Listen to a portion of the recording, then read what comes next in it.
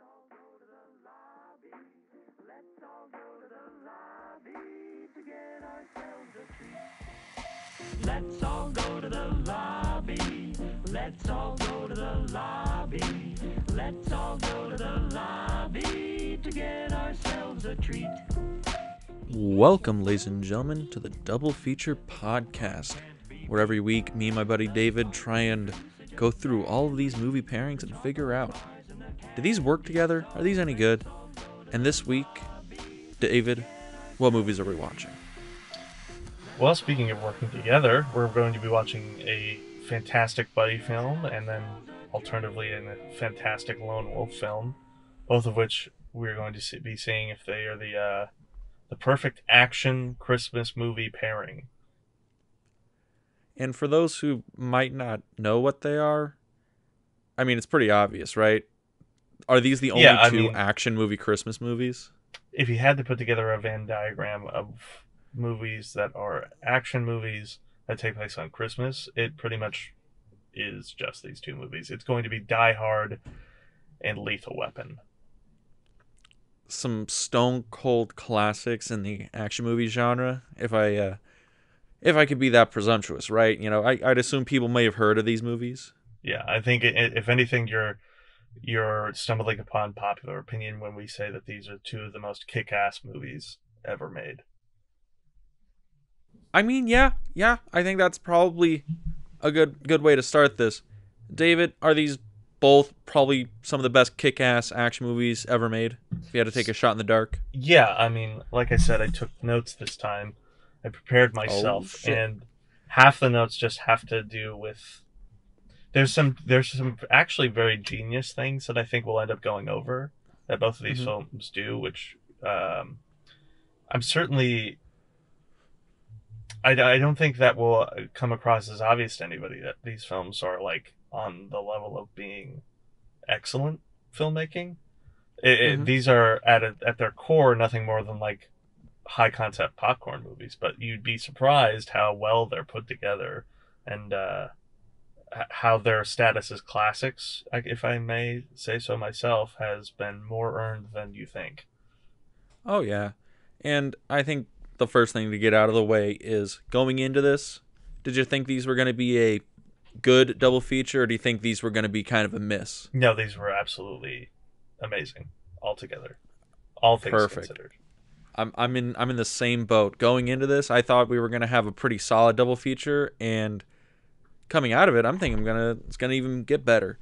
But I guess let's jump in. What are these two movies about for the people living under a rock for the last 25 years? Right.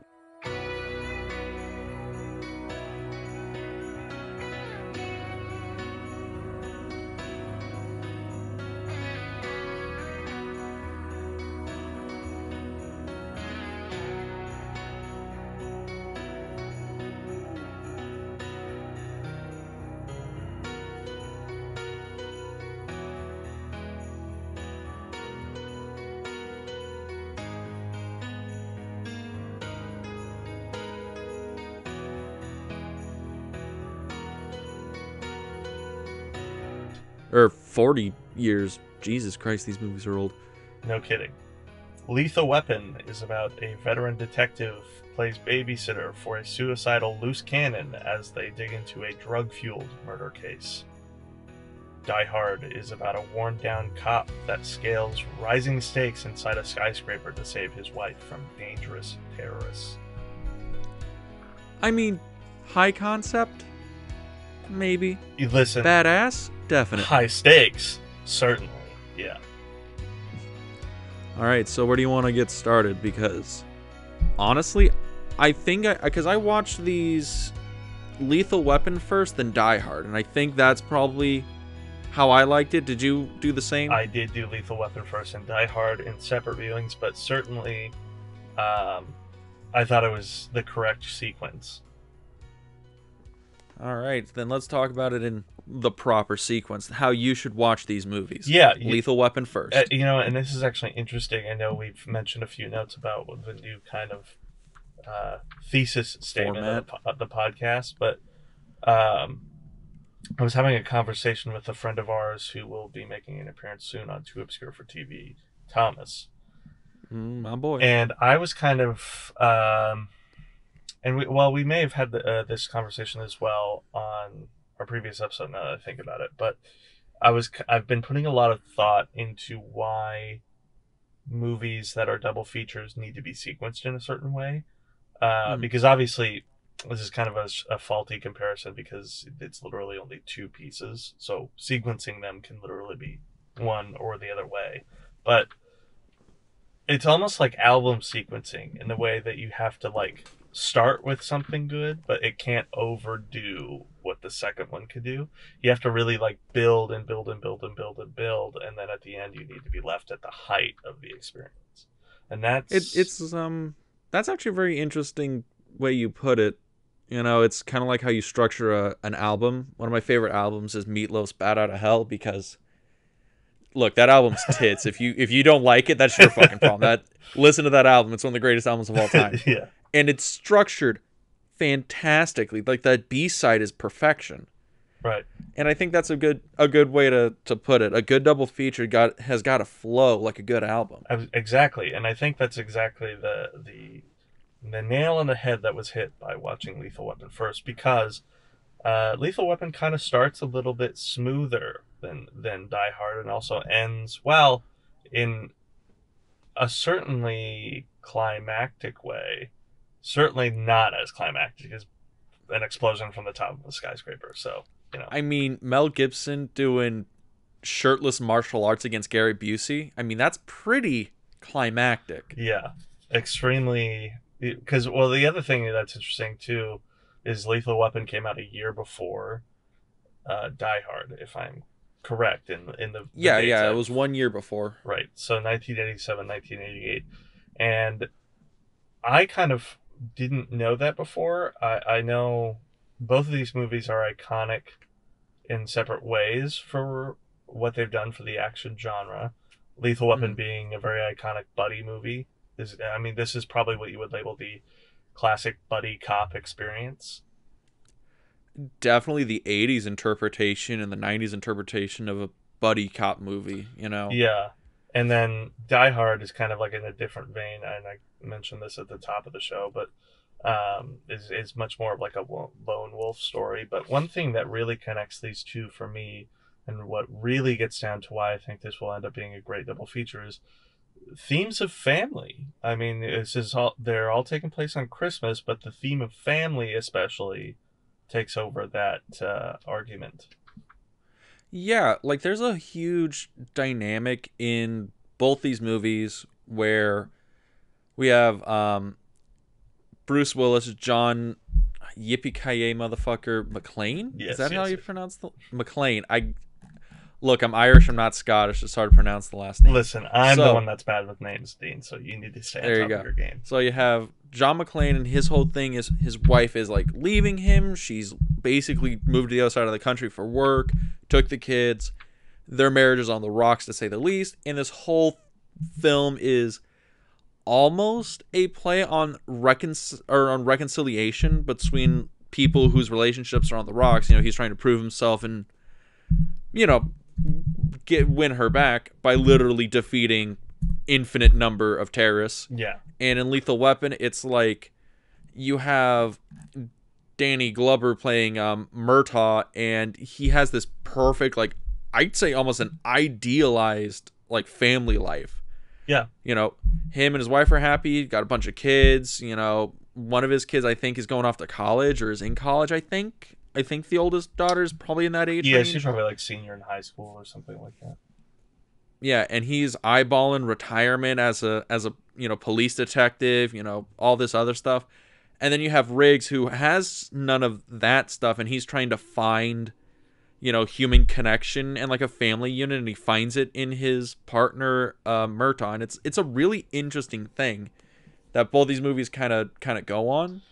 Yeah. And it surprises me that they're not by the same writer, to be honest. Certainly, but I think that's Shane Black, the writer for Lethal Weapon, is an iconic figure in Hollywood because of this. And I was not familiar before with the writer of Die Hard, and if I can quickly look up exactly who it was.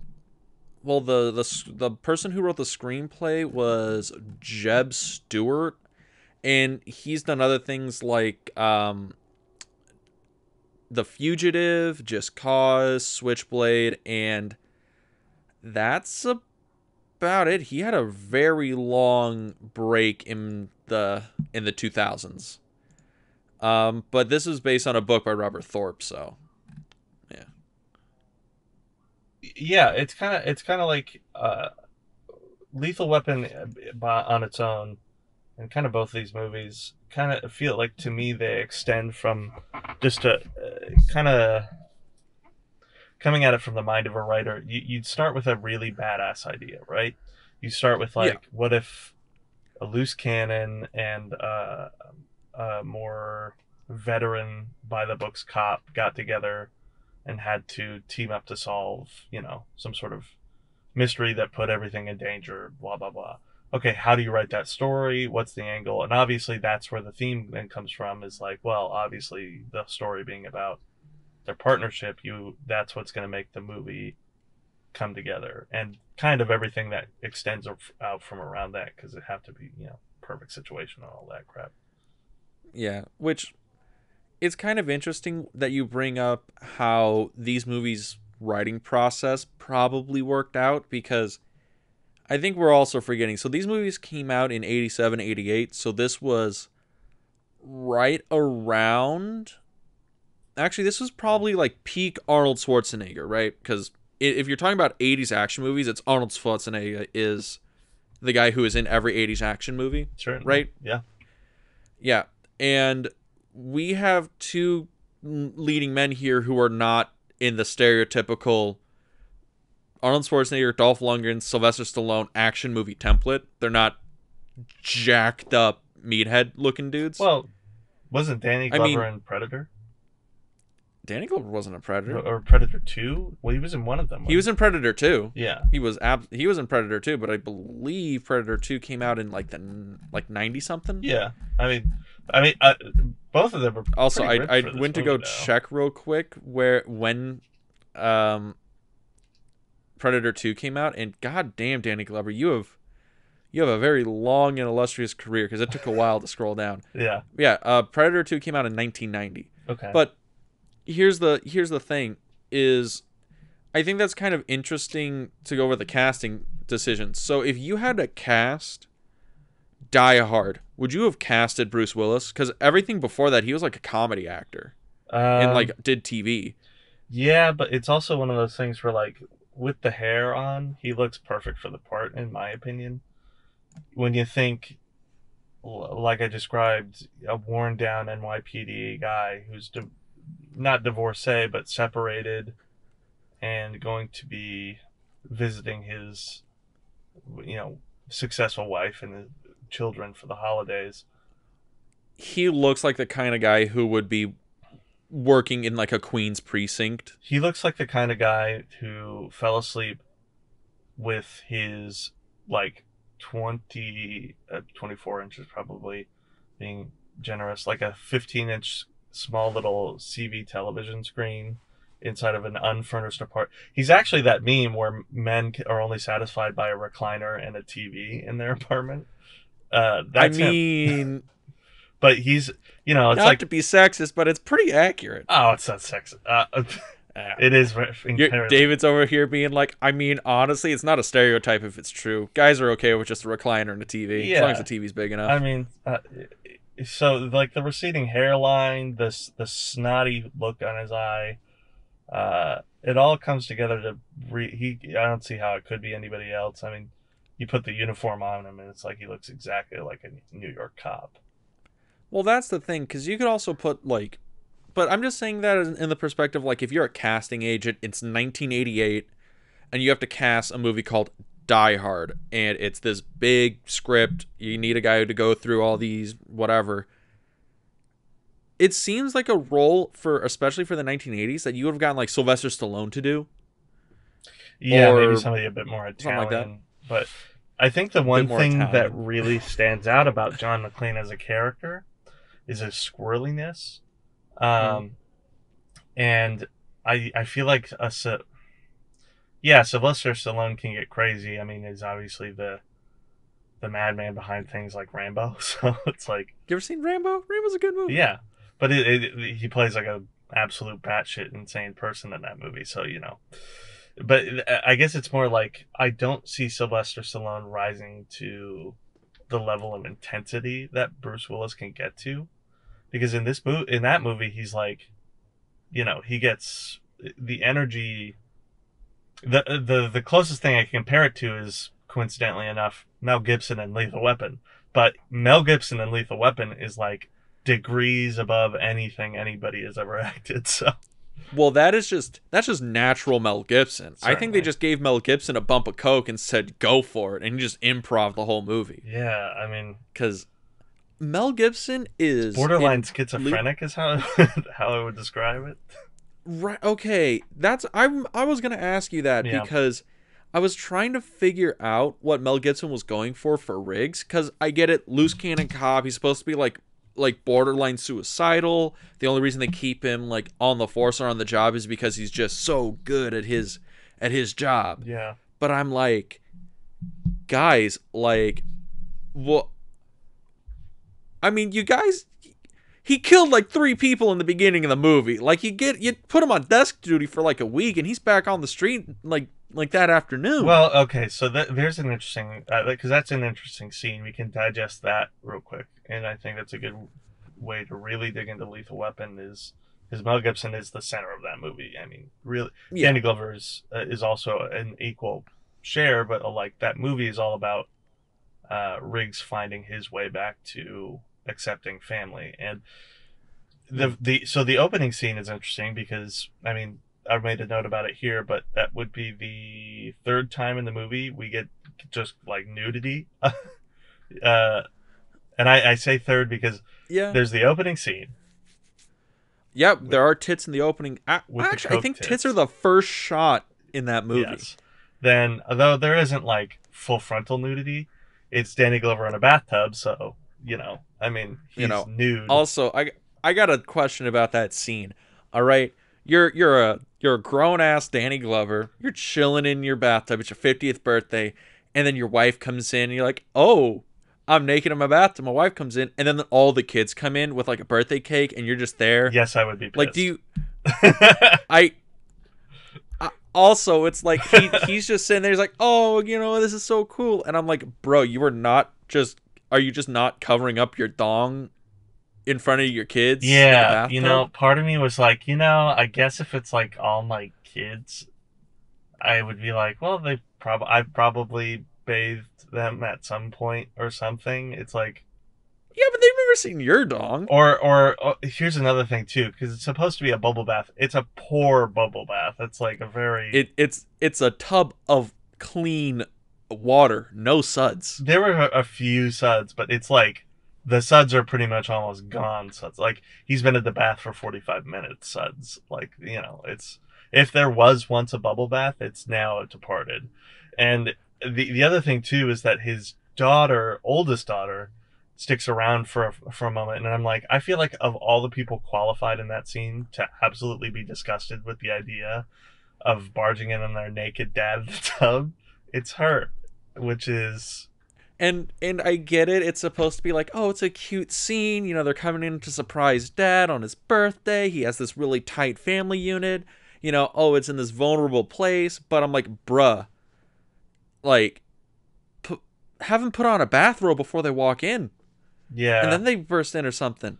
Or something. Or maybe the wife is like, oh, are you decent? And he'd be like, oh, yeah, give me a second. And he just throws a towel over him or something. Or here's a good fan theory. Lethal Weapon. This is an official Lethal Weapon fan theory here on the Double Feature podcast. I'm going to posit that Danny Glover's character is a never nude. He's a never nude? Yeah, he's actually wearing some sort of maybe a Speedo or a board short inside the bathtub, and we're assuming too much. I would need to watch Lethal Weapons 2 through 4 before I can make that claim. Certainly. But I got a feeling you might be onto something. Yeah. You might be onto something. But, then obviously the third and final case of nudity in the opening of this movie is just Mel Gibson's bare ass just walking around that RV, which is a little bit more fitting because he's only his dog and, if I'm correct, Family Feud are the only people witnessing that one. So Yeah, because also, so Riggs lives in like a trailer, right? Like yeah, that's what he's living what in? I assume is it's a RV by the beach of his choice for the week type situation.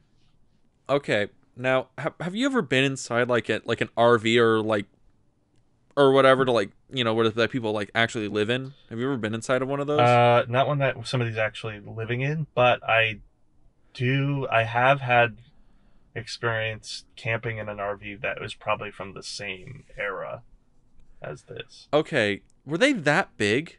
Cause he had like a whole like walk-in like that was a big ass It trailer. was an impressive RV. The exterior shot, yeah, I kind of get what you mean.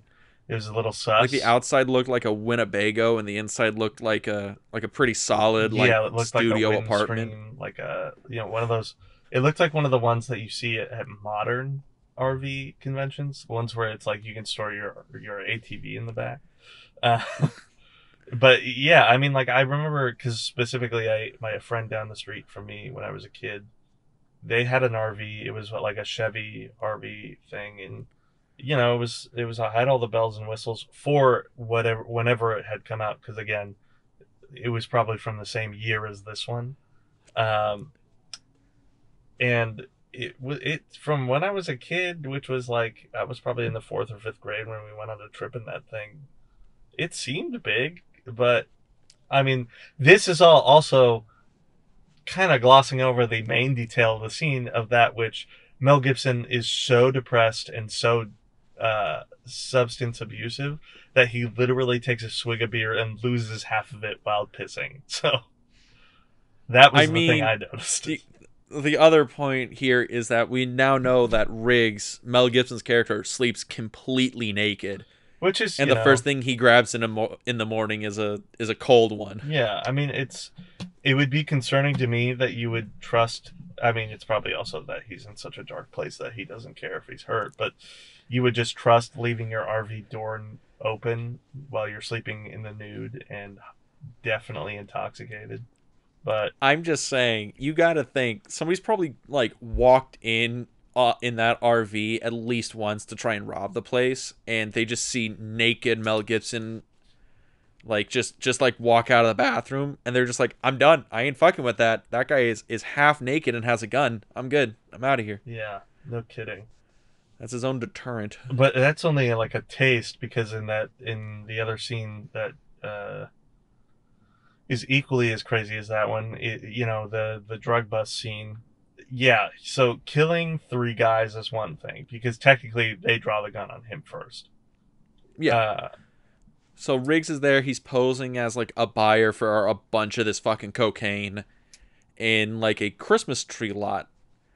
And eventually he, pulls the gun on him, shows him his badge, and he's like, I'm a cop, you guys are all under arrest. And then Riggs' sixth sense catches him, and he's able to turn around and shoot the guy with the shotgun that's hiding behind a bunch of trees, and that whole gunfight ensues.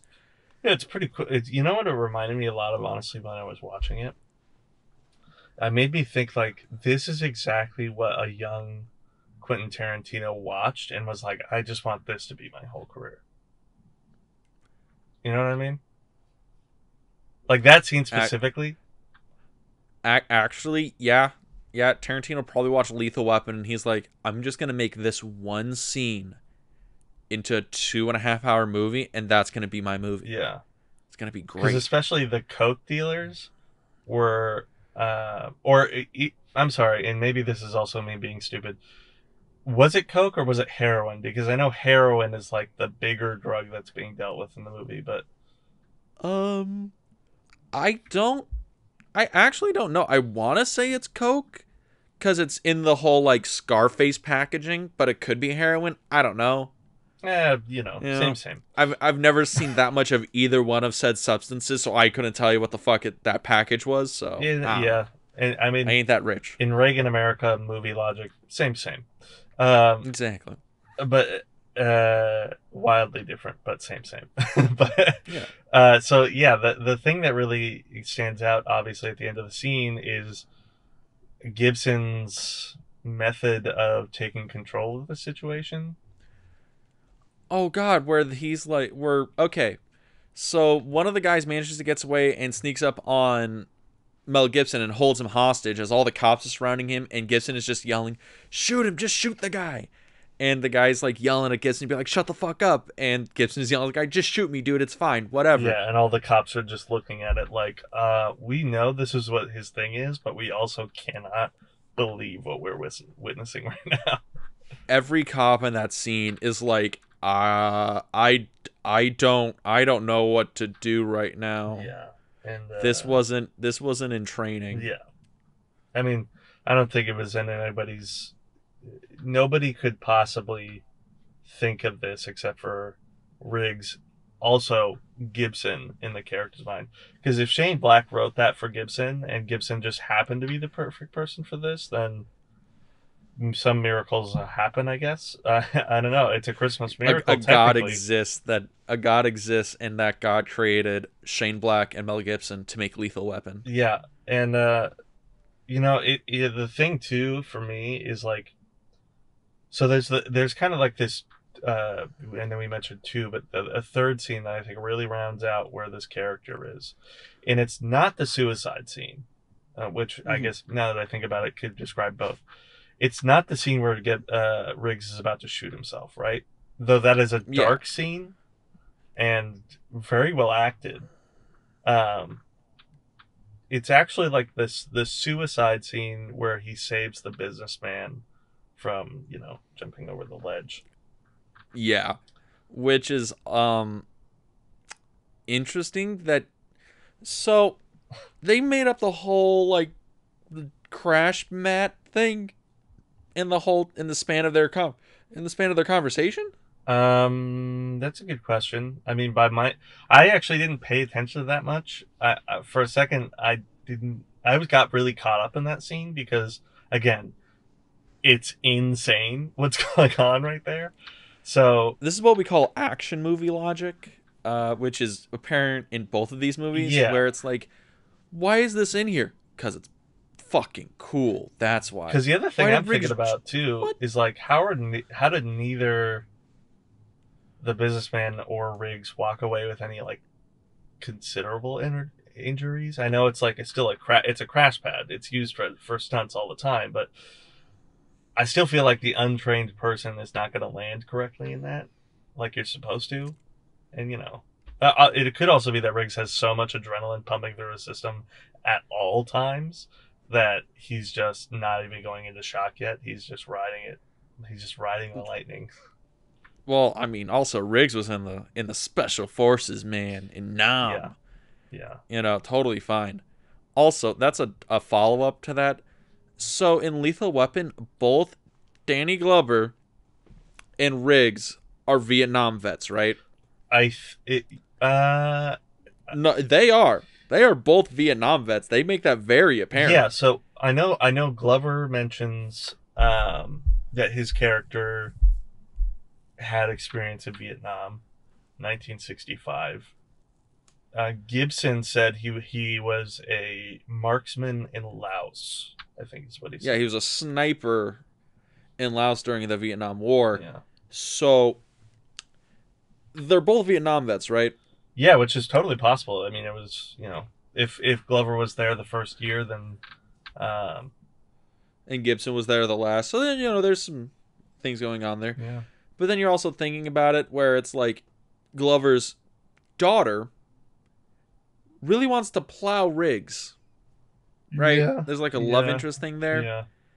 And I'm like, first of all, okay, because at first in my head, I was like, okay, maybe the age gap between them isn't that crazy. Maybe she's like 22 and he's like maybe like 30.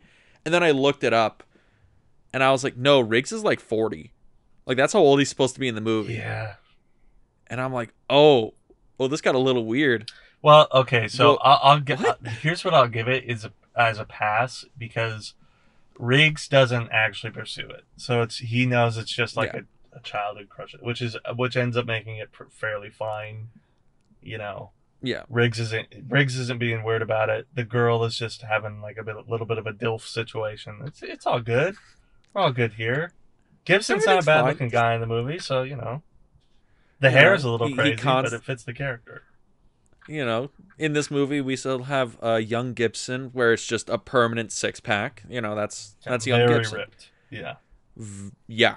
You get, and for those who want to know, you get a full showing in the final scene of the movie where he fights Gary Busey. Yeah. And also, I didn't know that Gary Busey was in this movie because I've never seen Lethal Weapon before. Oh, really? So this is actually my first time watching Lethal Weapon. Oh. Like, okay, I should preface that. I've seen like the first half of Lethal Weapon probably like 6 times, and I've never seen the ending. Okay. Because I watched it, like, oh. like I said, I watched it once before a while ago. Like it has to have been at least 10 years. So, it was one of those movies my dad showed me when I was in freshman in high school, and he was like, this is a good movie. You should watch this. But yeah, I also kind of forgot a lot about this movie. Gary Busey, yes, he's like, I guess the main antagonist? Or is he's more of a goon character, maybe? He's like the head goon. Yeah. So you have the main bad guy who's like, oh, I'm the one who deals in all the drugs, and I'm the one who is the head honcho guy. And Gary Busey is like he's the muscle. Yeah. He's the bad guy who actually goes out and kills people and does this other stuff, and he's the one that Riggs gets into the fight with at the end. Yeah, because he's the other badass guy, special forces guy from Vietnam. Yeah. There's a lot of Vietnam and heroin going on in this movie. It's interesting. Yeah, that is kind of weird because, like, again, we're talking about 2 movies that take place on Christmas and are about family, but at the same time have like really, well, Die Hard not so much, but this movie has a really weird snapshot of America politically. I mean, you're talking about the drug crisis. You're talking about business dealings that were happening in the late 80s. We're talking about technically police violence, because the scene with like, my mom said, what was it? My mom said cops kill black people. That line was like, oh my whoa! God, bruh. Okay, so there's a scene in the movie, and like Riggs and Murtaugh, they're going down to like fucking like South Central. They're gonna go hit up this hooker and be like, yo, what do you know about this drug thing going on? And as they walk up, the house fucking blows up. Yeah. Obviously in the giant fire explosion you get in South Central Los Angeles, rep in LA. And they're like, oh, these kids here, they were hanging around the neighborhood the whole time. They saw the guy who planted the bomb. And the first fucking thing the kids say when Murtaugh asks him, hey, I'm a police officer, how are you doing? And the first thing the kid says is, are you police officers? Because my mama says police officers kill black people. Are you going to kill us? First fucking thing. Yeah. 1987. Like, what the fuck, guys? Now, considerably, there was a besides the there was a problem. But yes, there's problems all the time. But I'm like, that snapped my ass back to early 2020 right away. Yeah. All right. But go figure. But besides the point, I mean, in the movie, it's kind of in the movie, it's played for laughs. This also highly ignoring the fact that Shane Black is in love with his random explosions, which is totally really what the focal point of the scene is. Which I gotta say, that they really don't pull their punches when it comes to like the set pieces of this movie, because that explosion was big. Yeah. Or really, what got me was like the flames of the house fire after the explosion were like, whoa, this thing is on fire. Yeah, like there's no CGI there. I stopped and rewound that scene to watch the explosion again, which is a first for fucking the double feature, because I was like, oh shit, those like Riggs and Murtaugh were like really close to the building when it exploded, and I'm like, okay, that was probably like a forced perspective shot, but I scroll back to look, and I'm like, because it's like one shot, it follows them all the way over, and then explosions, and then it holds, and then they get up and walk away. And I think there's a cut there. But I'm watching it, and I'm like, did they really just send Mel Gibson and Danny Glover and be like, okay, guys, you're going to get to the sidewalk, and it's going to explode right here. But if you get to the other side of the sidewalk, you're going to get hit with flaming debris. But don't worry, guys, it's going to be totally fine. It's going to look badass. Fucking, what the fuck, 1980s? Like, shit. You know. And that house was actual on fire. I don't know where they filmed that, because it looked like it was actually in, like, a neighborhood. Like, it was probably, like, a vacant lot, and then, like, you know, houses or whatever, and they just made a fake facade and blew that up. Yeah, something like that. Or it could have been done, too. Like, they could have gone to a backlot somewhere. Yeah, some you know, black magic fuckery. Yeah. You know, hiding houses so they can blow it up.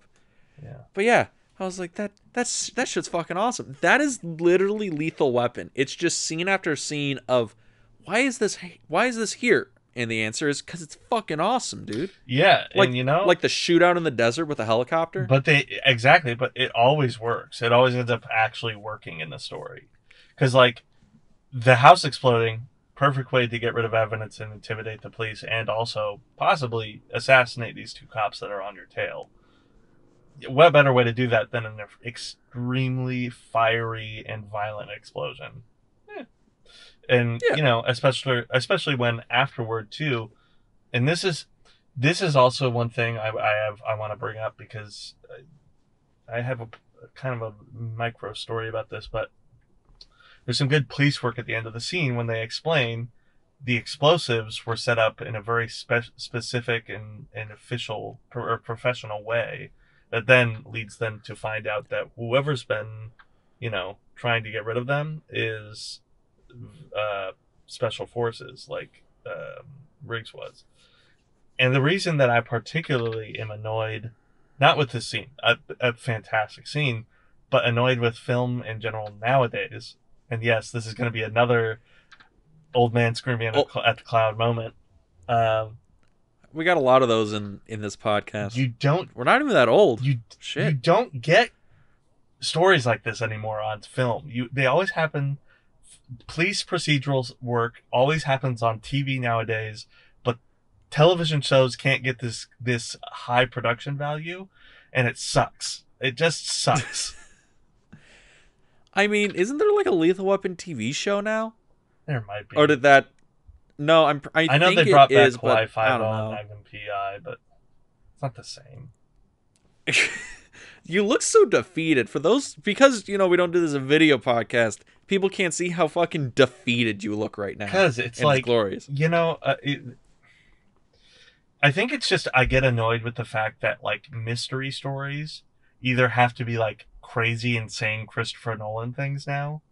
Like, you know what I mean? They have to be like, you as an audience member will not be smart enough to crack the code until the writer figures it out, because they've buried so many layers into whether or not the twin magicians are actually one person, and that this is actually magic happening because of I mean, this is what I'm describing, obviously, is the Prestige. Oh, really? You don't say. But it either has to happen on that like high of a level, or it happens within something like Bones or, you know, Criminal Minds, which... Well, I get what you mean. It's like there. So I think that's kind of why Knives Out, one of our very first films we ever talked about. Yeah. That I think big reason why that was so successful in its genre, maybe not as successful as, you know, box office or whatever, but in its genre, it's very successful for a modern whodunit mystery story, because it worked like a classical mystery story. Yeah. In something like The Prestige, where it's like, oh, there's this really weird mystery, how is he doing it? And all it is just a twist ending, where it's just like, oh, the writer's like, I set up this shit, here's a bunch of layers, and fuck it, weird twist ending at the end where no one could have called it. And then it's like, you know, Bones and Criminal Minds and stuff like that, where, you know, TV shows where it's like... or largely, I guess, as a genre, the police procedural. The police procedural, you know, Law and Order, Bones, Criminal Minds, and so on and so forth, that have been on forever. Yeah. Where it's like, they have a mystery, quote unquote, but it they're not very hard to figure out. Yeah, really. and that's not to say I hate these television shows either. I mean, me and my girlfriend are literally rewatching Bones right now. It's that I don't understand why studios just can't let simple mysteries find their way into films again, you know? Like everything either has to be, and I know that's partially also because what's commercially acceptable right now is, the epic superhero adventure, or in general, like an epic adventure film. Mhm. But there are a couple films that I've watched over the past year that I think really outline that these types of movies need to come back because they can be such good fun and so comforting in how. Because, like Lethal Weapon, when you start to get into the mystery with these characters, you're like, it gets you into it. It gets you immersed in the story because you like these characters and now you're figuring it out with them, right? I was incredibly surprised by how much I got into both of these movies. Lethal Weapon and Die Hard. Yeah. So And Lethal Weapon I've never seen before, so I'm like, oh, it's like a first go. So I was like, oh, this is all cool. The action's good, the characters are fun. It's kind of cheesy, but it's in that like really nice 80s cheese where you're like, oh, it's like aged like a fine wine in 2020. And Die Hard, I've seen that movie a bunch of times, and I was like, shit, this movie still fucking holds up. I'm super impressed by like everything going on here. The acting's cool. Like Alan Rickman, who taken way too young, and he is fantastic. Yeah, And yeah. like all the effects, all the action, the one-liners, everything about both these movies is just so. It's strange because they're so like good, and I don't know. It's almost like movies this like from the 80s should not have aged this well. But they did. Right? They aged fantastically. Like I said, like a fine fucking wine. And kind that's of like 80s cheese. So there's a couple films. There's a couple films that are I'm going to relate to Lethal Weapon that are recent that I think are good examples as to why people need to pay attention and make more movies like this. That are well written but simple good fun, not like overcomplicated good fun. And then there's obviously a very obvious comparison to Die Hard that we'll get to later that may or may not star The Rock. I mean, don't worry about it. Yeah. But so the first one is actually a lot more influenced by Shane Black because I remember watching an interview with the writer for this film and he admitted to this. But The Happy Time Murders is a fairly recent movie that you get this kind of the same feeling out of. It was that movie that came out a few years ago where it was a noir film, like a noir detective film, but obviously a parody of it because it's done with Muppets. Yeah, I saw the trailer for that where it was basically a hard R raunchy comedy in the style of one of these kind of like neo-noir films. Yeah, and it was awesome. Like that was like I think it came out in 2018. Had Melissa McCarthy in it. It's a fantastic movie. Like it's a great comedy, but it's also like, it's the action in it. Yeah, it's all done with puppets, so it's like, and that's the parody is that they can get as disgustingly violent as these movies do. But it's still good. Like, yeah, like I'll admit the ending of it because it's a parody is a little lukewarm because it's not like a real legit story. But it's I really recommend that. I think it's a good example of why Lethal Weapon is the type of movie we need to bring back.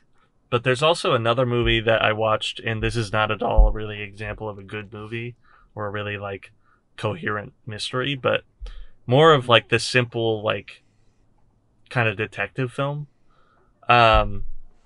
It's called Dark Crimes with Jim Carrey. It's interesting. It's so Jim Carrey in it plays like a detective from some Scandinavian or like Eastern European country, and he's investigating like a cold case mystery of this this I don't know if he's a horror writer necessarily, but he writes like really dark kind of solo type stories as novels. And Yikes. Okay. Carrie's character has long suspected that these novels are based on real stories, which would make him, the author of these books, a criminal because he's writing about very dark, you know, kind of Fucked up things. assault and murder type scenes that have sexual undertones. He's hailed, the author of these books is hailed as some sort of like, um, Avant-garde genius. yeah, or like what were those sexual books that came out? That's a really good description for them, David. Those like adult romance books that came out that were made into movies. Something Grey. Oh, 50 Shades of 50 Grey? Shades of Grey. Yeah, it's like that type of thing. But Oh, so he has a cult okay. following that's like they think it's that, but Carrie suspects it's all based on real things. So the movie is then about Carrie infiltrating like the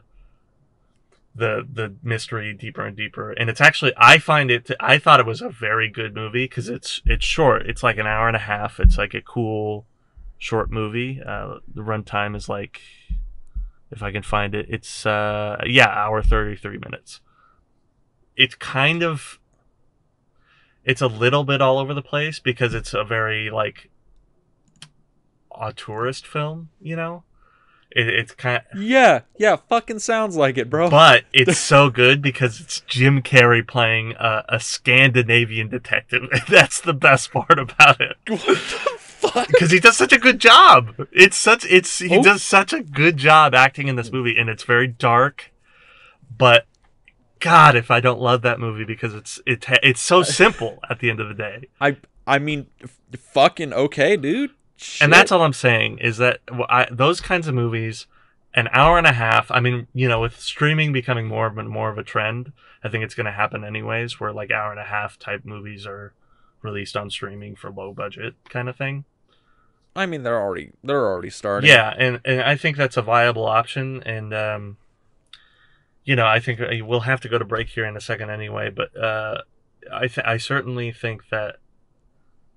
If anything else, that's what I took away from this, aside from all of the fact that this is a very obvious Christmas movie. I mean, you can't argue against that fact. This is a Christmas movie. It was the weirdest thing when we had to look up action movie Christmas things okay, so how we figured out we wanted to do Lethal Weapon and Die Hard is we wanted to do Die Hard. Yeah, that was how this started. We were like, we want to talk about fucking Die Hard on Christmas because that movie's awesome. And we had to look to figure out if there's another action movie placed on Christmas.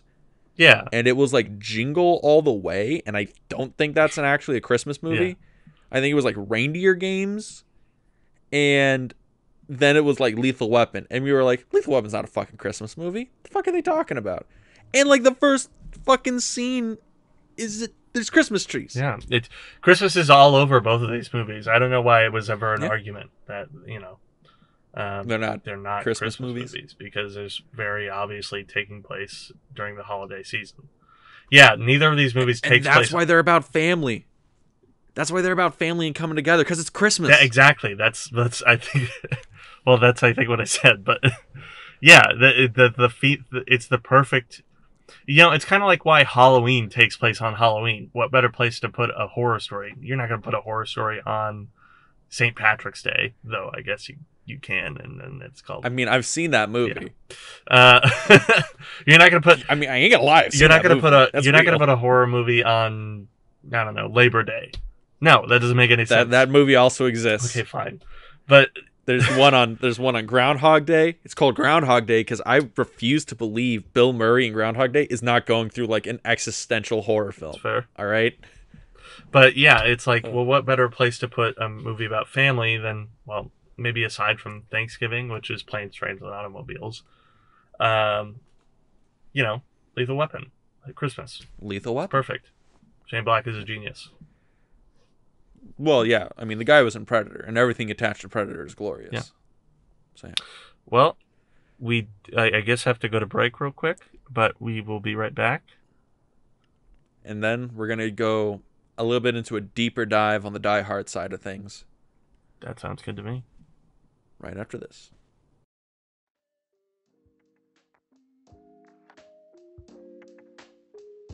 Dean, I found a great way for us to do something cool and to make a little money on the side. Ah, great. I've been looking for a new place to put my money. What do you got? No investment needed. In fact, it's super easy, and there's creation tools we can use to record our podcast right from the phone or computer. Wait, why would you record a podcast on your phone? You want? Never mind. Where do I put my money for this? I don't need any of your money. We can even get our podcast distributed to big streaming platforms like Spotify and Google Podcasts. Oh, I get it now. We're talking big business here, okay? So you're going to need a lot of money from me. How much money are we talking here? No, definitely don't need any of your money. In fact, we can make money from the podcast with no minimum listenership. Okay, now I think I'm getting what you're going at here. We need to spend money to make money, so we're talking some big gains here. Big gains. No, definitely no. I don't need any of your money. Just all we need to make a podcast right in one place. Okay. So what you're telling me is that you're gonna need a pretty big check from me for this podcast. So do I just make it out to cash? Because it's no problem for me. I'll just write it up right now. No, listen, Dean, just head over to anchor.fm and check it out. You'll see why Anchor is the best place for us to record, edit, and distribute our podcasts. And I definitely do not need any of your money. Shut up and take my money.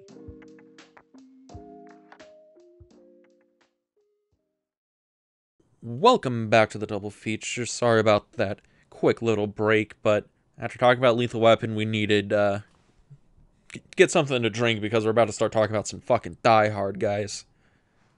David, where do you want to get started with Die Hard? Well, it's honestly tough to pick a place to start with this movie. Let me look at my notes here. I think I guess if we were to tackle it the same way we tackled Lethal Weapon, is from the beginning of the movie, it's not readily apparent that this is an action movie. If I am to honestly assess it, it's like they do their due diligence to really set up like the character, Mm-hmm. and then the terrorists, which are like really what make it the action movie, don't really show up for at least like 20 minutes, I think, right? Actually, yeah, something like that. Honestly, if you were flipping through the channels and you didn't, and okay, in a universe where you've never seen Die Hard and you didn't know the title of the movie was Die Hard, and you were flipping through the channels and you caught it like right when he was on the plane, you would probably think this is like, oh, it's going to be like a romantic comedy kind of drama film about this New York cop come to see his wife on Christmas, and they're going to try and reconcile in the guise of this big old like office party.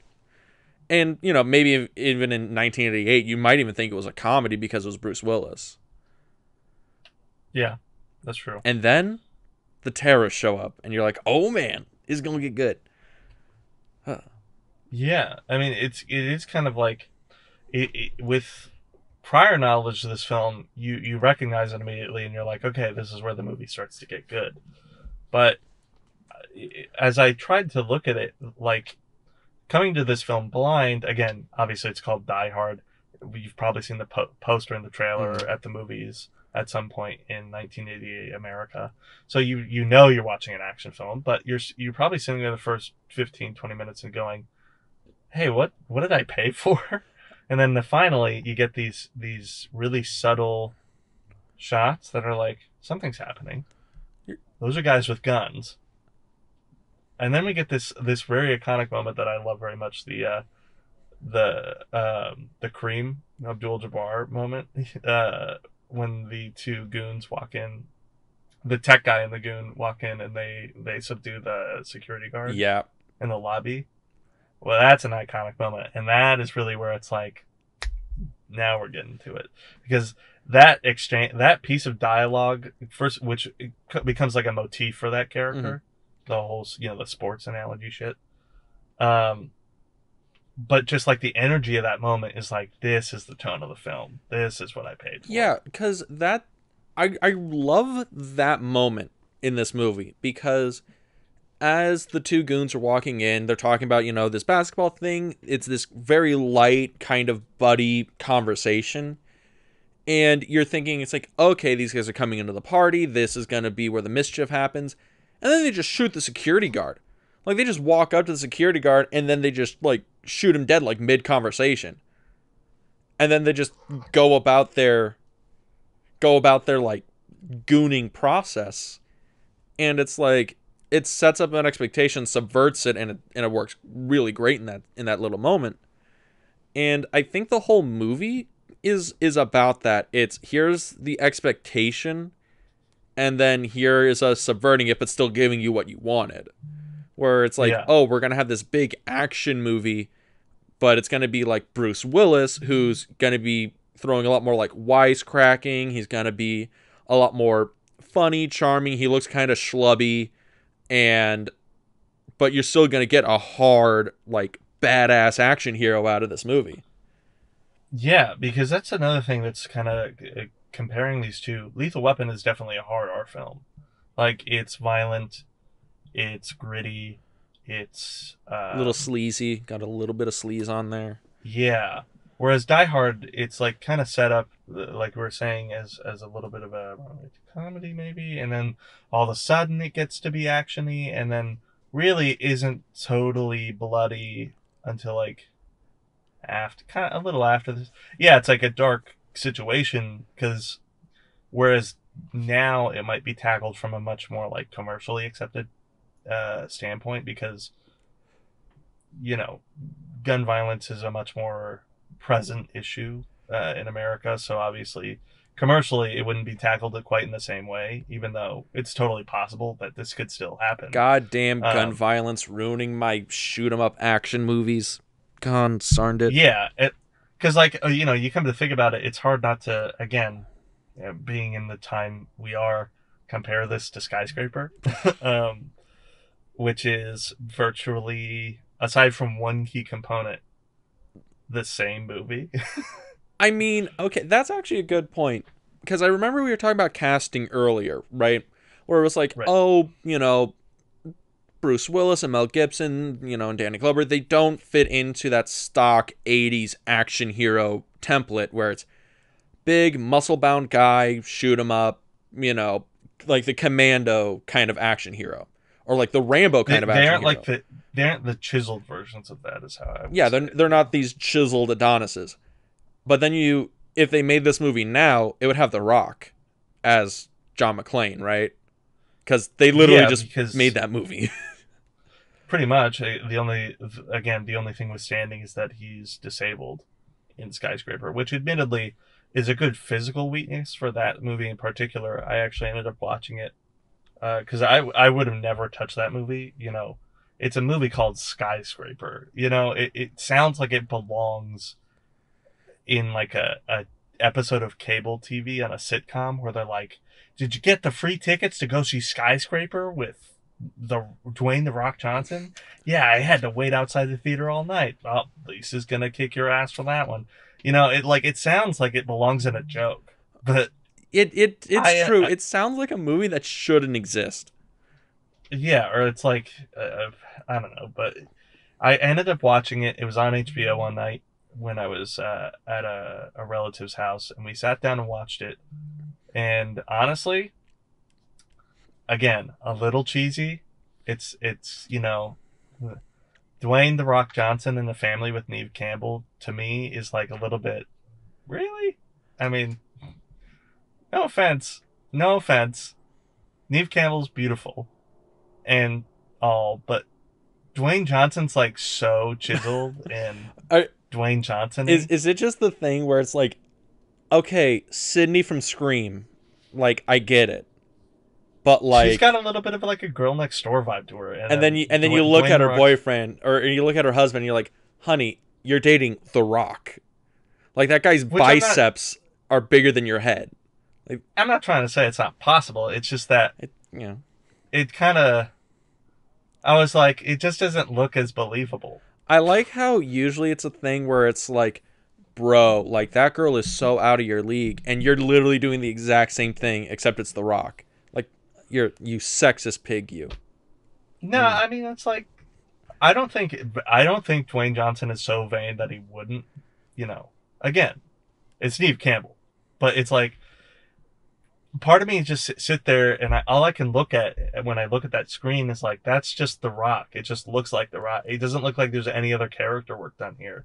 He's bald, he's got the tattoos, and he's chiseled. He's like that in all of the movies he's done recently.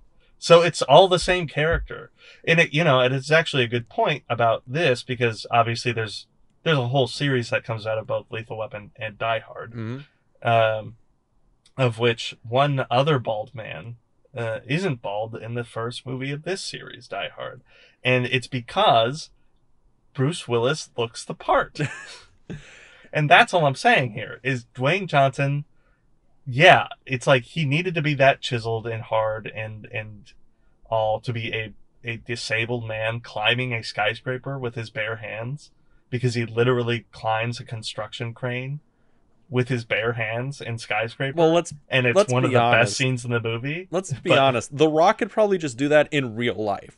Like, yeah. He would. I mean, if Dwayne the Rock Johnson was to compete on American Ninja Warrior, he would break all records within a matter of seconds. I mean, it's kind of hard to say that he wouldn't. But everybody be afraid. If The Rock ever runs for president, that's it. That's happening. Yeah. I mean, you think that he'll need the U.S. Marshal behind him? No, he's his own U.S. Marshal. He's good. Yeah. But, so, I guess that's like, the other thing I was going to say is that movie has, like, the character setup to that movie is pretty shallow. It's a modern movie, so they get to the cream of it all right away, pretty much. Whereas, like, this movie takes its time, and then when everything finally happens, it happens like very realistically. I mean, and I don't mean that's like they did their due diligence to figure out how a terrorist attack would happen. I mean, like, it feels un-movie-like. It's uncinematic. It's, these guys have real guns. They're shooting into the ceiling. They're big, imposing men. This is all happening. Like, John McClane gets really beat up in this movie. He's not wearing shoes. His feet get all cut up. Oh, my God. Did you you winced when he was pulling the glass out of his foot, didn't you? Yeah, that's another thing, is both these movies' violence, it's, like, extremely painful to watch. Like...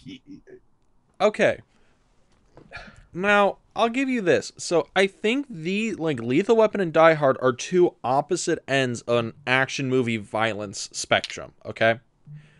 Now, but don't get me wrong, they're both awesome, like, action movie set piece and stuff like that. But, like, Lethal Weapon is on the side of, like, yeah, this is quote-unquote a realistic action-y kind of movie because, you don't have, fucking Predator, but... like, it's pretty unrealistic, the gun work in that movie, right? Like, Danny Glover gets, like, shot, and he's totally, like, fine. He can still beat people up. Riggs gets, like, electrocuted, but that doesn't stop him from strangling his torture with his legs.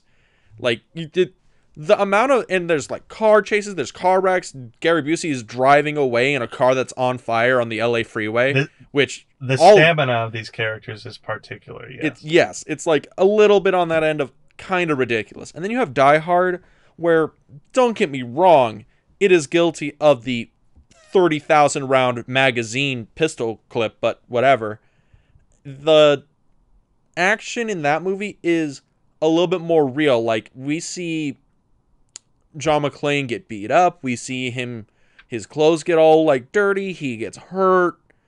I mean, he's literally, like, there's a film of blood on him by the end of the movie. Exactly. And then you have all the terrorists, and the terrorists, they're getting, picked off one by one. And it's one of those things where it's like, it never feels like John McClane is outmatching them. It feels more like he's lucky, he's a little smart, he's a little bit smarter than them, and he's trying to play to the strength he has, which is surprise. Yeah, the adrenaline and exhaustion are much more apparent in Die Hard from the get-go, and I think that's a creative choice. I think the writer is trying to make a note of that, because otherwise, and this is again something that Skyscraper is a bit guilty of, otherwise, it just kind of seems like the main character is just a god that's basically powering through obstacles. Whereas for John McClane, I mean, like you said, he literally has to pick the glass out of his feet at one point because he's been through so much shit. I mean, this is a guy who, like, quite literally cannot measure up to the task. He gets a lot of help along the way. But that, I think that's, like, again, kind of going back to why Lethal Weapon is a very good movie because of its thematic, overtones. Another reason why Die Hard is a great movie because it's theme. Because it's all about him accepting help and overcoming his ego to accept others around him. And that's how he gets through everything. Even the last climactic bit is he gets help from the cop that he's been on the radio with the whole time, Al, because Al finally overcomes his fear of shooting people. Which, by the way, that because scene would have played 100% different if that was 2020. All right. Well, I'll let you finish your thing, but we got to get back to Al because I got a whole thing on Al. You are certainly correct now that I think about that. But in the moment, I was like, fuck it. Al got his shot off. It's like, it's such an earned scene because he's only able to do that because he made a friend in John McClane, and that friendship was bonded by this traumatic experience. It's like so viscerally good that I can't even. Every character in the movie has a weakness and they overcome it, and it's like you can't get much more textbook than that. You can't. David just wants to, like, at the end of that movie, grit his teeth and go, "Fuck yeah, Al, you did it. You won." Because it is that way. It's like you just look at the gun, like the shot where it's like soft focus and then it like rack focuses back to him, like looking down the barrel of the gun, and I'm like, dude, this movie's the best. You're like, Al got his nerve back. Yeah. Yeah. But yeah, and I think that's a thing. So, honestly, John McClane is kind of, we picked him out. He's an everyman. He's in shape, but he's not, chiseled. He's smart, but he's not a genius. He's lucky, but he's not unrealistic. And he's playing through the whole movie, kind of getting any help he can. He manages to contact Al, and Al is kind of organizing things outside. His wife is showing a lot of initiative, being able to, like, parlay with the terrorists, keep everybody calm, and basically everybody in the movie is doing their part to fight these terrorists and keep everybody safe. It's just John McClane is the one who's doing it by basically being Michael Myers. And then... Yeah, and there's a lot of, like, I say, like, putting your trust in others, or whatever I said earlier. It's almost like there's this really fine line between, like, being able to put your faith in another person or choosing to give up on them, And then, like, the terrorist situation, again, it being a high concept where it's like, what if a cop had to, like, save an entire building of people from terrorists that were robbing it? It's like they just become this good vehicle for, like, you cannot avoid having to face that. You will either face that or risk all of your dignity and pride and moral because you will have given up on the people that you love. Yeah. And that, man, Die Hard's such a fucking good movie. But yeah. I kind of want to get, because I was talking about John McClane and I wanted to get to Al because, so what John's doing, he's the action, but you felt a good connection to Al, right? Because certainly he's the other end of, like, the cop spectrum. And Al, he's played by, I have his name right here, Reginald Vell Johnson, who he was Carl Winslow in Family Matters, who was also a police officer. He's iconic. He has this quality about him where I think he plays a police officer in, like, 90% of the roles he's ever had, which is kind of interesting. Yeah, it's kind of a typecast thing. I mean, he looks like he's kind of a family man like Donald Glover, but at the same time, he's the chubby cop that nobody believes in. Well, it's also kind of interesting because in Die Hard, his whole story is when he was on the beat, a kid pulled a gun on him, and it was a toy gun, and he shot him. It was dark, and the kid died. And this is how the 1980s were. The story isn't about, oh, this guy got desk duty because, oh, he shot a kid and we can't have anybody like that on the force. It was, oh, no, he got desk duty because he lost his nerve. Like, oh, he can't pull his gun anymore because he shot a kid. And it's like, well, bruh, like... Yeah. And thankfully they tackle that story with, Al actually has remorse for what he did. Yeah, and like that... Which... Now that I think about it, kind of couples with the rest of it, because obviously then all of the other law enforcement professionals that show up are just incompetent, like total buffoons. That's actually kind of true. It's interesting because Al admits that he screwed up royally. He made the ultimate fuck up you can as a police officer. Yeah. But he's still shown as being, he's incredibly remorseful. He has all this guilt. He doesn't want to hurt anybody anymore. And he is then shown to be the most competent person outside. He's the only one who's like, look, we need to listen to John in there. He's the only one who's got eyes on the inside. We can't go in guns a-blazing. We can't send in the SWAT unit. And by putting his faith in John, because it's made totally clear by the others, and this might be the only point where they might have something valid to say, the other law enforcement professionals, which are his chief and then like the FBI agent that shows up. They make a point of it that how are we supposed to trust this guy on the radio in the skyscraper? We have no idea what's going on in there. But because, again, the emotional connection they make, he puts his faith in John, and it pays off because trust is better than, I don't know what the opposite of that would be, I guess. Nihilism? I guess. It's something artful or whatever. But then it's the whole thing, and I think that's a really interesting thing when you think about Al, because Al's kind of the heart of the movie, right? Yeah, because while we do care deeply as an audience about John McClane, frankly, a lot of the story doesn't really focus on the whole family angle after a while. Yeah. And I'm not knocking it because of that. I mean, I honestly don't give a shit about his family for most of the movie. You're caring about him fighting fucking Hans in the fucking skyscraper. You're caring about that. Yeah. Him fighting Dolph Lundgren.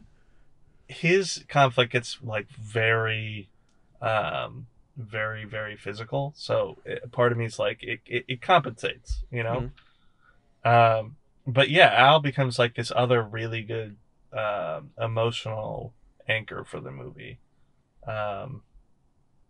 Or let alone also Argyle, who is a third character that we love.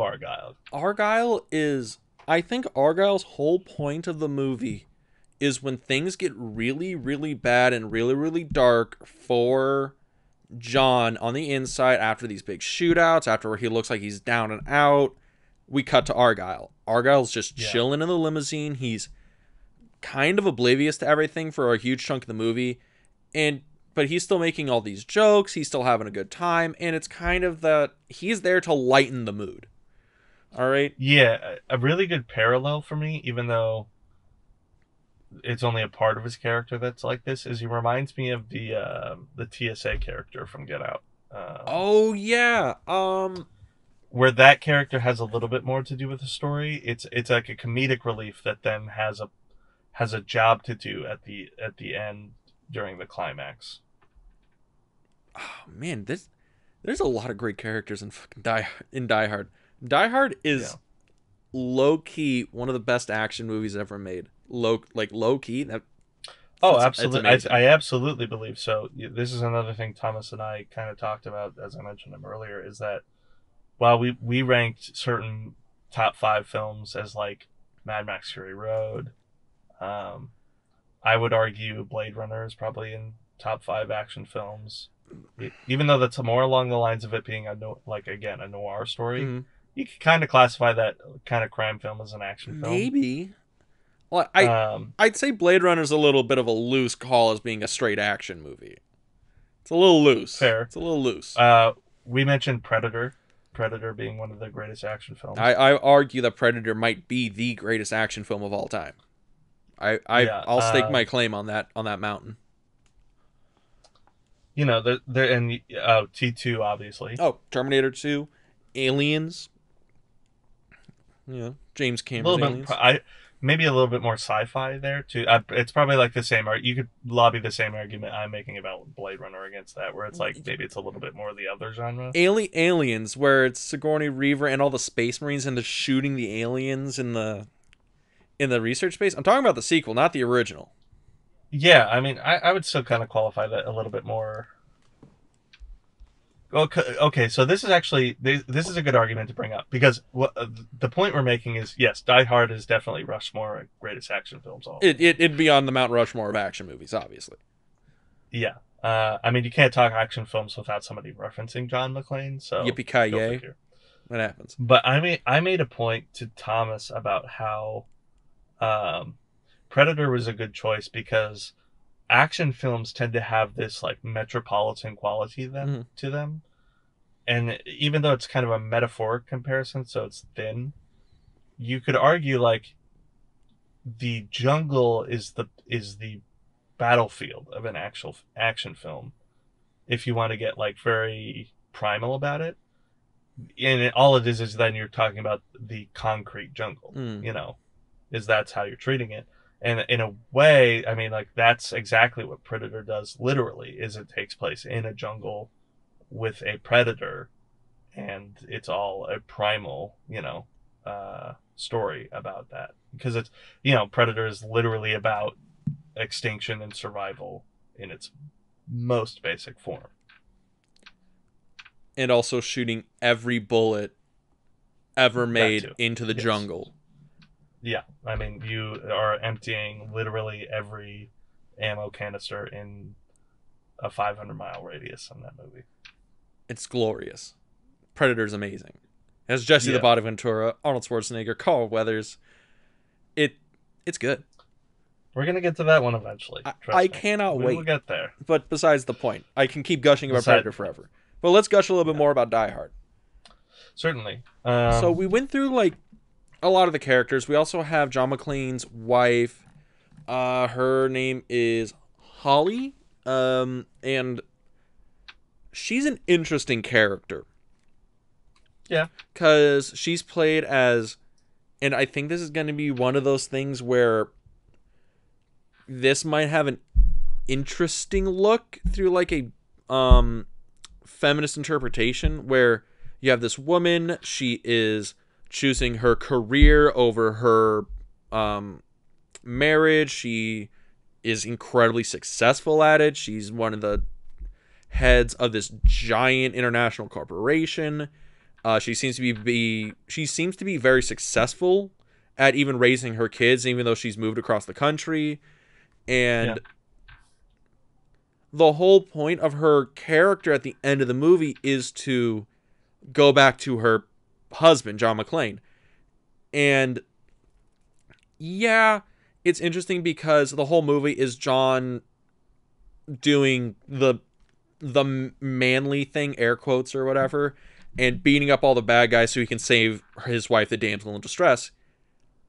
But Holly's kind of got what's going on in this situation. She's really has her head on. She's talking to Hans and really has a pretty good control on the situation at that level. And it's just John's there. I don't know if John's like helping her escape or just facilitating more of a problem for her. I don't know. I just think she's just kind of a weird character because I don't know what her motivation is other than not to die in this terrorist coup kind of thing. Yeah, I certainly think that they do make an attempt to make her a little bit of an active character in taking control of the hostage situation. And I don't mean like she doesn't obviously take control of it. It's that she steps up as a leader in that situation, mm-hmm. especially when that douchebag is, trying that to motherfucker. Into. I'm glad what happens to him happens to him, but it's like, yeah, I kind of get what you mean. That is one thing where I could see in a modern iteration of this movie that, giving her a little bit more of a role could be a good idea. But at the same time, I still think the emotional journey that both of them share is kind of superseded by the fact that John is literally playing jungle gym inside of a skyscraper. So go figure. It is interesting. The only reason I bring it up is because I watched a thing that was literally about that interpretation of the film, where the whole movie makes Holly like almost a prize instead of a character. And I was like, I don't know if that's legit, because she does have a character, she does have motive, she does do things, but end of the day, maybe it's a valid argument. I ain't that smart. I mean, I guess it's just like, I don't know if it's also valid, because that also might be kind of dismissing the fact that the film does take place from John's perspective primarily. Mm-hmm. And films are third person most of the time, so it doesn't have to be strictly his perspective. But if I'm John McClane, it's like, the whole point of what I'm doing is to save my wife. I'm on top of my good morals and my own survival, because I want to save everybody here. I'm a cop. I'm trying to save my wife too, in that the whole experience is supposed to be a wake up call to be like, I'm being stupid and egoistic. I need to fess up that I'm messing all of this up, and then I need to take her back. But I mean, like, the other thing too that I really liked about this movie, that I kind of like in both of the movies actually, is that both the movies have really good midpoint, like, points of no return in the story. We have for this one specifically, even though save the cat, you're not supposed to get the news involved. That I'm reading that book right now, and there are certain things that are good in it, and certain things where I'm like, dude, shut up. We're gonna talk about Save the Cat in a minute, because I think both these movies might have taken some liberties with that structure, but we'll get to it. Go ahead. But it's totally warranted that they do. It's specifically actually pointed out that it's a rule that you shouldn't get the media involved in a story, right? But obviously in Die Hard, it would be hard not to acknowledge that, right? Mm-hmm. I mean, it's hard to acknowledge that in any terrorist situation, the news vans are not far behind. Yeah. In fact, one could argue that you could do the same in Lethal Weapon, but there's an argument there's certainly an argument for excluding that, because it's, again, not from that perspective. It's from very obviously the perspective of Donald Glover and Mel Gibson in that movie. But in this one, the news kind of plays this very important role, because that point of no return becomes getting the cops involved, right? Mm-hmm. It's after Sugar, what's his name? Who? Hold on, I have the cast right here. Oh. Al. I don't know why I couldn't remember his name for a second. It's after Al calls everything in, because the body had fallen on his car and scared him so hard that he literally, like, threw a car off a cliff almost. He calls everything in. The cops get involved. The cavalry arrives. I mean, they literally, I think, probably pull every cop in LA County to come cover this. And then the fire crew shows up. The news vans show up. That is such a good point of no return for me, because it's like, it takes this movie from being like, oh, I'm fighting terrorists in a skyscraper, to I'm fighting the entire pressure of the world right now. Mm-hmm. And I love that, because then too, it's like in Lethal Weapon, the courtroom drama version of Lethal Weapon. Oh my God, Riggs would go straight to jail. Yeah. You can't handle the truth. You can't handle the humming. Because that's another thing I forgot to bring up, that Mel Gibson humming in that movie is my favorite part about that movie. That's a weird thing, but okay. Did you notice in like the shooting range scene, that while Mel Gibson is like putting the gun together and aiming to fire and making the smiley face on the target, he's humming the whole time? like I mean, in a really like boyish kind of like.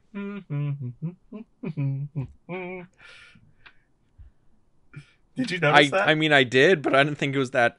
Okay, cool. David's in some weird humming shit. Well, Okay. it's just such a weird choice. I mean, I guess, yeah. I think that whole thing about Riggs's character is it is all the weird choices for a cop you can make. Yeah. But the point I was making is that the point of no return with like the helicopter scene, where they go out to the desert and the daughter is taken and it's like it gets personal. Mm-hmm.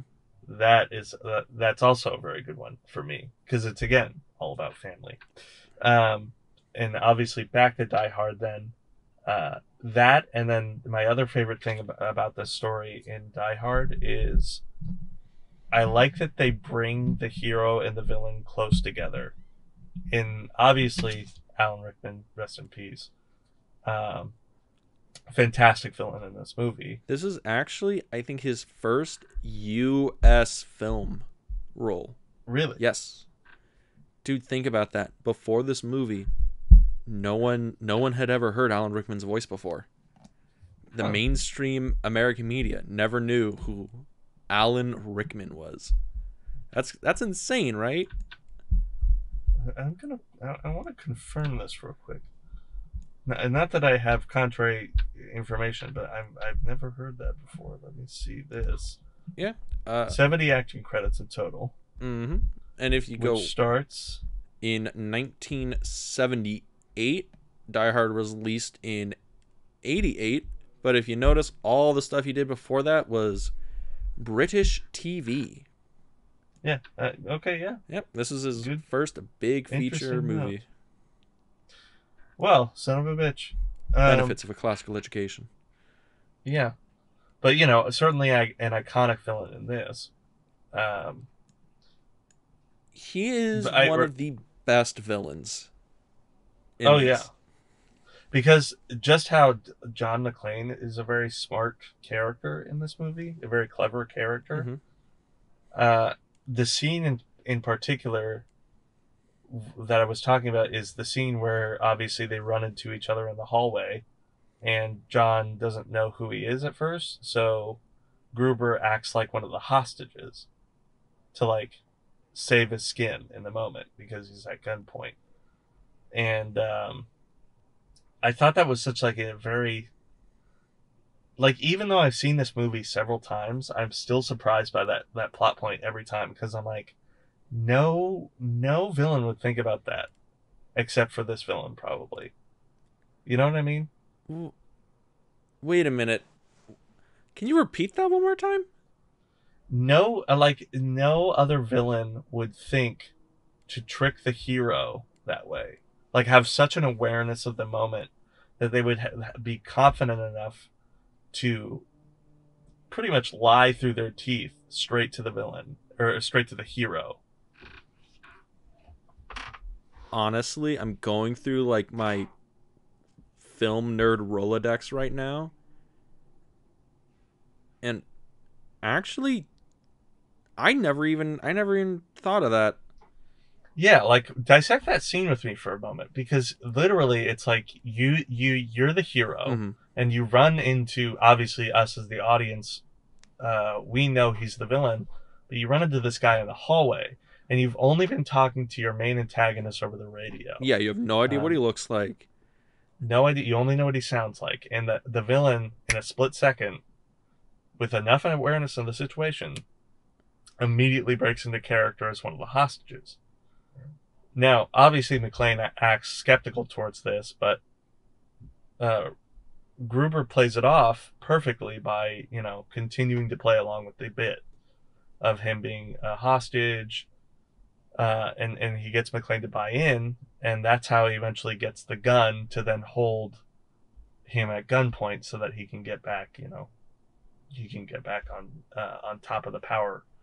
On top of the little power game they got going. Yeah, and it's interesting too because it's all about character in that moment. It's not about necessarily action.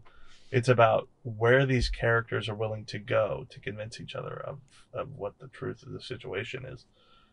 And it's especially interesting to me because that's where Gruber, he not just like uses that as a way to then get the gun from McClane, or even though it's kind of a surprise to Gruber too, because it's obviously he's kind of just along for the ride up until McClane finally gives him the gun. Mm-hmm. He even like kind of digs into McClane's character to like ask and get more information out of him, which is almost a little bit more sinister than anything I've ever seen. It's genius is Yeah. what it is, and I love it because that's something that I think it plays perfectly into both of their characters. Like, oh, this shows John's not just gonna shoot anyone he sees. Hans is not dumb enough to, reveal his whole plan, and they're both clever enough to, one, lie straight to the other one convincingly, and the other one is also smart enough not to just trust anyone they hear, or they trust anybody.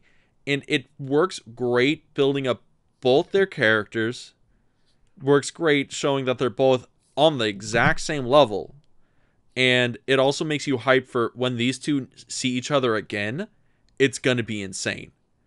Which it is, like the scene where they, like the climax where it's Hans staring down John McClane when Hans has Holly at gunpoint and they have to do the whole stare down thing, and John, being clever, pulls the gun out from his back, shoots Hans. It's this whole thing. That scene's perfect. Because it builds up to everything in the rest of the movie. Yeah, I mean, especially because like the them being on the same level thing. Yeah, the no bullets in the pistol thing was such a. It's so clever. Like, just to be like, listen, even if you were a hostage, do you think I was going to give you a loaded gun? Like, let's be honest here. Yeah, it's and then obviously then too genius because villains are always blinded by desire rather than moral, and obviously Gruber is so wrapped up in trying to get this squirrely little New York cop that he doesn't realize that, again, he realizes he's in a totally hostile environment. Yeah, I mean, like, really some really good story points in this. I know you pointed this out earlier. I really liked the guns in this movie, even though I know you said that this movie was particularly guilty of the 40 the 40 round magazine. rounds. Look, don't get me wrong. Like, I just pointed that out because I know everyone's going to point out that these movies are guilty of 80s action logic, but it's awesome. Listen, it's awesome. I'll cop to the fact that at certain times there's a lot of bullets in the chamber, but you do see a lot of reloading on screen in this movie, and I think that plays to some kind of realisticness here, because there are several times John McClane is sprinting and reloading at the same time. Oh yeah, don't get me wrong. Like, it's, again, in the spectrum of realistic action movie, with in the Lethal Weapon and Die Hard camp, it's like at least we see them reloading in Die Hard. Yeah. In Lethal Weapon, I don't even think they know how to reload a gun. But it's whatever. Frankly, yeah. But it's whatever. They're both great movies. And I think certainly. Yeah. I think that's a good way to put it. These are both great movies. And I think we've been talking for almost 90 minutes here. I think it's about that time we start giving the wrap-ups on both of these. So we came into this thinking these are going to be great double features, right? We coming out of this saying perfect double feature? Yeah, I think that if this is the new experiment, then this is probably a success of this experiment. I would say that altogether, if you're looking for some sort of Christmas double feature and you want to deviate away from the normal Christmas movies, maybe you're feeling a little cynical, maybe you're feeling a little bit bored of Santa Claus and these types of things, get into the action movie Christmas double feature, because this was one of my favorite episodes of the year, honestly. I'd honestly have to agree with you. Out of all the ones we've done up to this point, this might have hit the perfect line of being good pairs over genre, good pair over theme, good pair over everything. These movies pair perfectly together. So it's a nice. Yeah. It's like a pairing of like fine wine and shit. Because at the end of the day, too, what both of these movies are perfect equations of entertainment. They're both perfectly designed to be about getting an audience in a movie theater to be entertained. And, that's, I think, what will end up making one of these good double features is that it's either going to be solely about entertaining the audience and doing the best job you can possibly do to do that, or also just about telling the best story possible to the audience, which isn't always about like this kind of popcornish entertainment value that these kind of movies have. I'm not going to try and sit here and say, like I kind of made an argument about earlier, that these are intellectual movies by any stretch. They are, at the end of the day, popcorn movies, but it's certainly still, that doesn't mean a popcorn movie can't just be an outstanding piece of filmmaking. That popcorn tastes way better when you're watching a good movie. Yeah, that's when you get those like, huge handfuls that are, kernels are falling out the sides of your mouth. And I think that's another point here at the double feature is we're film people, but we're not pretentious. We're very much okay with yeah. We'll get to talking about our really high-minded art films later. You can look forward to that. We will certainly get into that next year. But we really like our popcorn fun goofy movies, if you haven't been able to tell already. Yeah, because it's important to remember filmmaking it's an entertainment medium. So you need to remember that, there's no need to turn your nose up at some good explosions and gunfights and boobs and cocaine. David's having a good time about all this stuff. But yeah, I think that brings us to the final verdict. If you want a solid one this week, watch Lethal Weapon, watch Die Hard in that order, and you're going to have a great time. But David, what's on the docket for next week? Well, next week's going to be a fantastic episode. It's hard to believe, Dean, that we're already in like the thick of December here, and next week is our Christmas episode. It's kind of shocking to think about, but we're finally here. Yeah. This and then the next episode, and that wraps the first year here on Double Feature. And frankly, it's hard to believe, but we're already. This is what I don't think I counted, but 24 episodes we're in now. Something like that. We're pretty deep. Yeah, and this journey is getting better and better every week, and next week's going to be a special one because we're going to be having your girlfriend on from over on your other podcast, Movie Club, right? Or it's the Film Club podcast, the Film Club. I know you're jealous, but it's okay. 15 lashes, but both sides. That's going to be our big Christmas extravaganza. It's yes, because on Christmas we all got to bring in, those we care about closest and watch and talk about some really good movies. Because that one's not going to be one movie. It's not going to be two movies. It's going to be 3 movies. Each one of us is bringing our own favorite Christmas film to the table. We're going to watch them. We're going to talk about them. We're going to gush about them. It's going to be fun.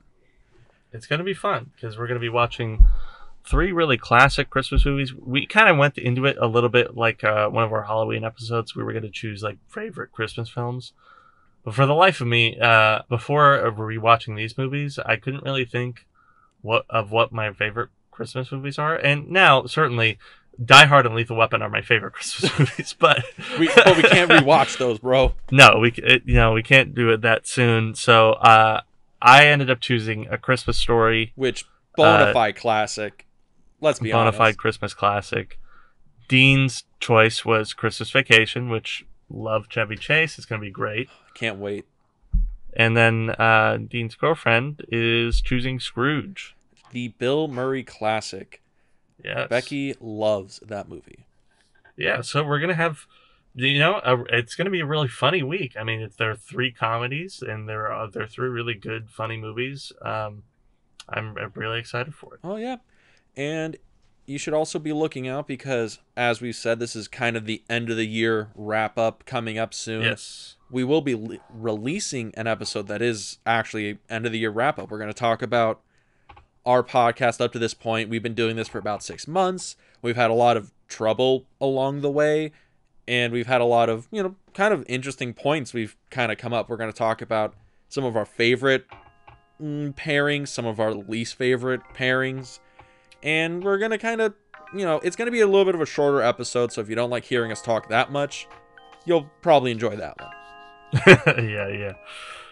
Certainly. Yeah, that's going to be a good one, and we'll keep an eye on that towards the new year. And other than that, Dean, where can they find us so that they can watch those episodes? If you wanted to find us, you can find us on Spotify. You can find us on Google Podcast. You can find us on our sponsor, Anchor FM. And you can also find us on our YouTube channel, In the Frame on YouTube, where we have our podcast, The Double Feature. We have our podcast, Too Obscure for TV. We have a lot of video essays coming around soon. And other than that, you can even follow us on Instagram at double_feature podcast. This sounds good. But yeah, that's about all I got. Well, everybody, I guess that brings us to a wrap here. Yeah, I'm in the Christmas spirit, Dean. I'm very uplifted by these two holly jolly movies. All right, let's go shoot some guns and drink some eggnog. That sounds good. Peace.